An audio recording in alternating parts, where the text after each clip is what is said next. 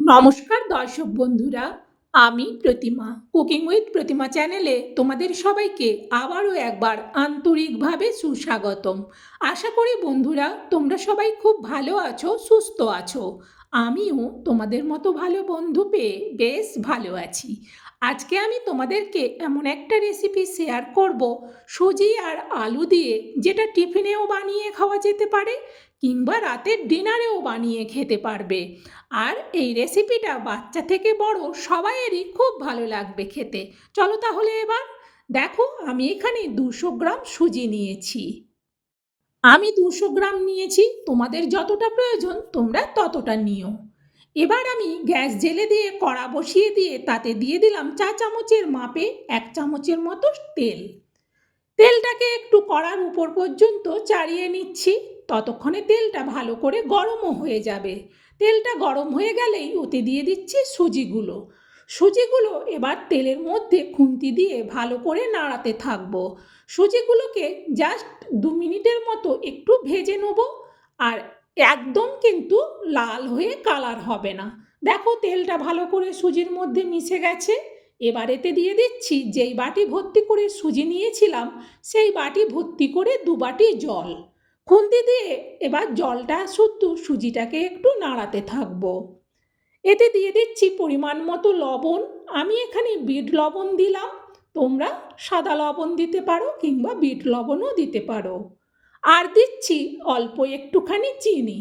এই চিনিটা মিষ্টি হবে না, কিন্তু রেসিপিটার টেস্টটা ব্যালেন্স হবে। লবণ আর চিনিটা দিলে টেস্টটা খুব সুন্দর হয়। দেখো সুজিটা কিন্তু অনেকটাই সেদ্ধ হয়ে গেছে। এইভাবে যখন কড়ার থেকে ছেড়ে যাবে তখন গ্যাসটা অফ করে দেবো। আর সুজিটাকে আমি একটা অন্য জায়গার মধ্যে ঢেলে নিচ্ছি। সুজিটা এখন বেশ গরম, খুন্তি দিয়ে একটু মিলিয়ে দিচ্ছি যাতে এটা তাড়াতাড়ি ঠান্ডা হয়ে যায়। রেসিপিটা বানানো কিন্তু একেবারে সোজা আর খুব তাড়াতাড়িও হয়ে যায়। সুজিটা ঠান্ডা হতে হতে আমি এখানে 2টো কাঁচা আলু ছাড়িয়ে নিয়েছি। এবারে এই আলু দুটোকে সেদ্ধ করে নেব। চলো তাহলে আলু দুটো সেদ্ধ করে নিয়েই ফিরে আসছি। দেখো আলু দুটো সেদ্ধ করে নিয়েছি।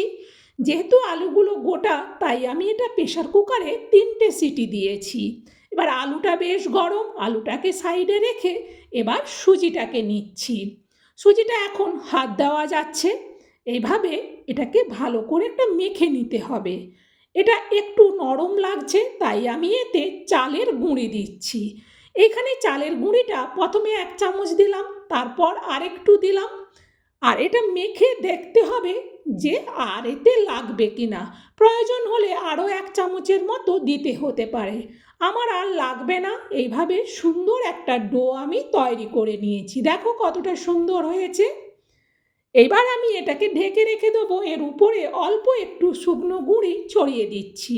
এভাবে ছড়িয়ে এটাকে ঢেকে রেখে দেবো। আর ওইদিকে যে আলুটা রেখেছিলাম, আলুটা এতক্ষণে অনেকটাই ঠান্ডা হয়ে গেছে। এখন এটাতে হাত দেওয়া যাচ্ছে। এবার এই আলুটাকে আমি গ্রেট করে নেব। গ্রেট করে নিলে বেশ সুন্দর ঝিরিঝিরিভাবে জিনিসটা হয়। হাত দিয়ে মেখে নিলেও হয়, তাতে কিন্তু ডালু ঠেকে যাবার চান্স থাকে। দেখো যেহেতু সেদ্ধ আলু তাই এটা চট করে গ্রেট করা হয়ে গেছে। এতে দিয়ে দিচ্ছি আলুর পরিমাণে লবণ, আর দিচ্ছি অল্প হলুদ, আর দিচ্ছি অল্প শুকনো লঙ্কার গুঁড়ো, আর দিচ্ছি 1/2 চামচ জিরে গুঁড়ো। আর আমি এখানে একটা গাজরের অর্ধেকটা গাজর গ্রেট করে দিয়ে দিলাম। আর দিচ্ছি অল্প কারি পাতা কুচোনো। আর আমি এতে দিয়ে দেবো অল্প কাঁচা লঙ্কা কুচানো। ঝালটা যে যেমন পছন্দ করো সে সেই অনুযায়ী লঙ্কা দিও। এবার হাত দিয়ে ভালো করে সব কিছুকে মেখে নেব। এইভাবে গাজরটাকে দিয়ে দিলে একটা সবজিও দেওয়া হলো আর বেশ খেতেও ভালো লাগে, সুন্দর দেখতেও হয় কালারটা। দেখো মাখা হয়ে গেছে। এবার এটাকে সাইডে রেখে দিলাম। আবার আমি সুজির ডোটাকে নিচ্ছি। এটা বেশ সুন্দর সফট হয়ে গেছে। এবার এটাকে আমি বড় বড় লিচি কেটে নেব। খুব ছোট ছোট করে কাটবো না, বড় বড় করে 4 ভাগে ভাগ করে নিচ্ছি এটাকে। দেখো 4টা আমি সমান ভাগে ভাগ করে নিলাম। এবার হাত দিয়ে একটু এগুলোকে গোল করে নেব। এরকম বড় বড়ই করে করলে বানাতে খুব সুবিধে হয়। সুন্দরভাবে আমার 4টে গোল করা হয়ে গেছে। এবার আমি এই জায়গাটায় অল্প চালের গুঁড়ি ছড়িয়ে দিচ্ছি। চালের গুঁড়িটা ছড়িয়ে দেওয়ার পর একটা করে বড় ডো নেব আর এইখানে একটু আমি বেলে নেব। যেহেতু একটু বড় করে বেলবো তাই আমি এই প্লেটেই বেলে নিচ্ছি। আর এই বেলাটা কিন্তু একেবারে পাতলা হবে না, একটু মোটা মোটা থাকবে, তাহলে কিন্তু রেসিপিটা খেতে খুব ভালো লাগবে। পাতলা করে দিলে তখন কিন্তু রেসিপিটা ভালো হবে না। দেখো আমি কিন্তু এত বড় ডোগুলোকে ঠিক একটা রুটির মতো করেই বেললাম। এটা অনেকটাই মোটা আছে। এবার এরকম একটা গ্লাস নিচ্ছি, গ্লাসের সাহায্যে আমি গোল গোল করে কেটে নেব।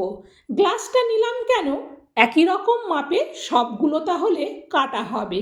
আর যদি লিচি করে বানাই তখন কিন্তু একটা ছোট একটা বড় হয়ে যাবার চান্স আছে। আর এইভাবে খুব তাড়াতাড়ি হয়ে যায়। দেখো সবগুলো আমার হয়ে গেছে। দেখো আমি কতটা মোটা করে বেলেছি। আর এইগুলো বেলার সময় একটু কিন্তু খেয়াল রাখতে হবে পিসটা কতটা পিস করছো। এগুলো মেপে গুনে গুনে বানাতে হয়। আমি এখানে মোট 22 পিস করেছি। এগুলো আমার তাহলে 11টা হবে।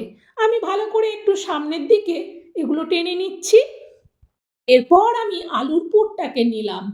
যেহেতু আমি আগে ওইগুলো সুজিটা বেলে মেপে মেপে কেটে নিয়েছি গুনে, সেই মতো এখানেও আমি লিচিগুলো গোল গোল করে 11 পিস করে নিলাম। ওদিকে আমি 22 পিস রেখেছি আর এদিকে 11 পিস করেছি। এভাবে সুন্দর হাত দিয়ে গোল করে নেওয়ার পর একটা করে নেব আর এইভাবে 11টা আমি পুরো 11টা বেলে রাখা লিচিগুলোর মধ্যে দিয়ে দিচ্ছি। রেসিপিটা দেখতেও যেমন সুন্দর হয়, খেতেও কিন্তু ভীষণ টেস্টি হয়। বাচ্চারা খুব আনন্দ পাবে আর বড়রাও খেয়ে কিন্তু বলবে বাহ দারুণ একটা রেসিপি। দেখো সবগুলো দেওয়ার পর আরও একটা করে আমি যে বেলে রেখেছিলাম এবার এর উপর দিয়ে দিয়ে দেবো। এইভাবে চটপট করে সবগুলো আমি করে নিচ্ছি। এই জন্যে একটু এটা মোটা রাখতে হয়, তাহলে রেসিপিটা বেশ সুন্দর লাগে। এরকম প্রত্যেকটা নিয়ে প্রত্যেকটার উপর চাপিয়ে দেবো। সেই জন্যে যখন ওই গোলগুলো বেলার সময় একটু মোটা করে বেলতে হবে, আর যখন গ্লাস কিংবা বাটি দিয়ে কাটবে তখন কিন্তু একটু গনে গনে কাটতে হবে।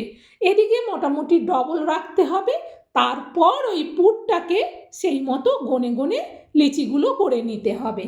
দেখো আমার সবগুলো কিন্তু রেডি হয়ে গেছে। এইভাবে বানিয়ে কিন্তু ফ্রিজেও রেখে দেওয়া যায়। বাচ্চারা যখন স্কুল থেকে ফিরবে তাদেরকে তাহলে চট করে তখনই ভেজে দেওয়া যাবে। দেখো সবগুলো আমি রেডি করে নিয়েছি। চলো এবার এগুলোকে সুন্দরভাবে আরও টেস্টি করার জন্যে আমি গ্যাস জেলে দিয়ে প্যান বসিয়ে তাতে দিয়ে দিচ্ছি তেল। এটা কিন্তু খুব অল্প তেলে ভাজতে হয়। এবার আমি এই তেলটার মধ্যে যতগুলো ধরবে ততগুলো দিলাম।